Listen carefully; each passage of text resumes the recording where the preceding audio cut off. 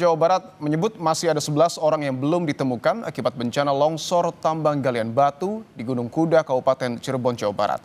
Sementara jumlah korban tewas 14 orang.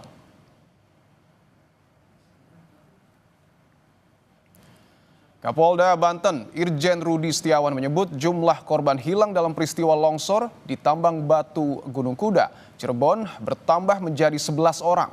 Sebelumnya pada Jumat, polisi mengumumkan 8 orang yang hilang. Namun bertambah setelah ada laporan masyarakat. Menurutnya ke-11 orang hilang bekerja di lokasi tambang batu tersebut saat peristiwa longsor terjadi.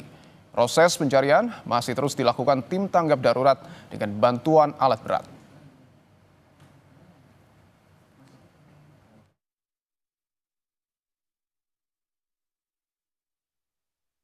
Berdasarkan laporan dari masyarakat, ada 11 masyarakat lagi yang belum kembali.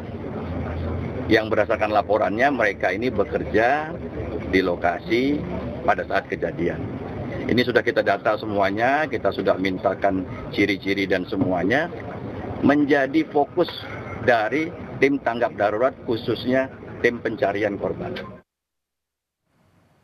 Terkait longsor yang menewaskan 14 orang, Gubernur Jawa Barat Deddy Mulyadi menyebut Pemprov Jabar pernah mengingatkan soal bahaya pengelolaan tambang galian C di Gunung Kuda, Cirebon, Jawa Barat. Namun ketika itu Pemprov tak bisa serta-merta menutupnya. Menurut Deddy, izin tambang galian C di Gunung Kuda, Cirebon diberikan pada tahun 2020 dan akan berakhir pada Oktober 2025. Menurut Deddy, di era pemerintahannya, Dinas ESDM Jawa Barat pernah beberapa kali mengingatkan soal bahaya pengelolaan tambang batuan di lokasi tersebut, namun tak bisa begitu saja menutupnya. Namun setelah ada peristiwa longsor yang menewaskan 14 orang, Pemprov Jabar memutuskan mencabut izin dan menutup kegiatan tambang di lokasi tersebut selamanya.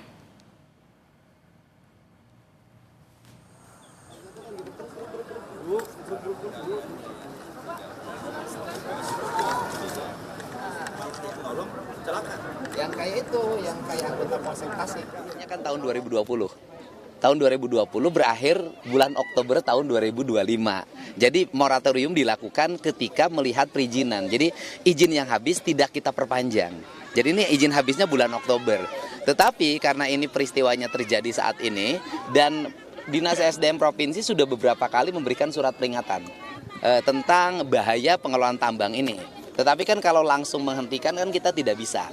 Nah untuk itu maka tadi malam kami sudah mengeluarkan sanksi administratif dalam bentuk penghentian izin, pencabutan izin dari tambang ini. Ini kan dikelola oleh Koperasi Pondok Pesantren. Koperasi Pondok Pesantrennya bernama Al-Azhariyah. Dan kemudian di samping ini ada 2 lagi kan, ada 2 tambang yang sama yang dikelola oleh yayasan. Jadi 3-tiganya sudah kami tutup tadi malam. Salah satu korban selamat musibah longsor di tambang Gunung Kuda, Cirebon menceritakan peristiwa longsor berlangsung sangat cepat. Material batuan jatuh dari ketinggian 50 meter ambruk dan menimbun mobil, truk, dan orang yang berada di lokasi. Junanta yang bekerja sebagai operator alat berat menderita sejumlah luka lecet akibat peristiwa longsor di tambang Gunung Kuda, Cirebon. Namun 3 temannya bersama operator alat berat meninggal dunia dan 1 orang lainnya masih hilang. Berapa, enggak sampai 10 detik lah, orang cepat banget langsung set, udah gitu aja, udah kena langsung buka pintu, langsung loncat lari. Proses pencarian korban longsor di area pertambangan di Gunung Kuda, Kabupaten Cirebon, Jawa Barat terus dilanjutkan. Polda Jawa Barat mendalami dugaan kelalaian dalam kasus ini. Kapolda Jawa Barat Irjen Rudi Setiawan mengatakan penyelidikan insiden longsor ini untuk menindaklanjuti pencabutan izin usaha pertambangan oleh gubernur terhadap 3 perusahaan pengelola tambang pada kawasan tersebut. Beberapa saksi sudah diperiksa, itu kita naikkan ke proses dari lidik ke sidik untuk menetapkan tersangkanya.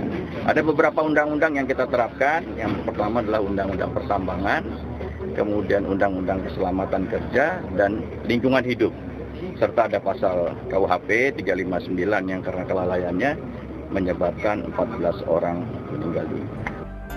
Sementara itu sejumlah keluarga mendatangi lokasi longsor untuk mengetahui nasib sanak saudara yang menjadi korban.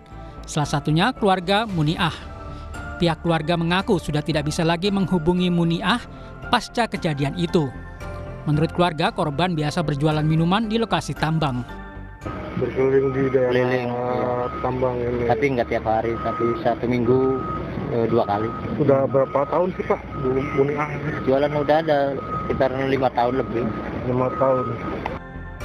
Sesuai PP nomor 23 tahun 2010 disebutkan pemberian izin usaha pertambangan eksplorasi batuan untuk lintas provinsi izinnya dari Menteri SDM. Jika pertambangan itu lintas kabupaten, maka izin diberikan oleh gubernur. Dan jika hanya dalam satu kabupaten, maka izin dari bupati, wali kota.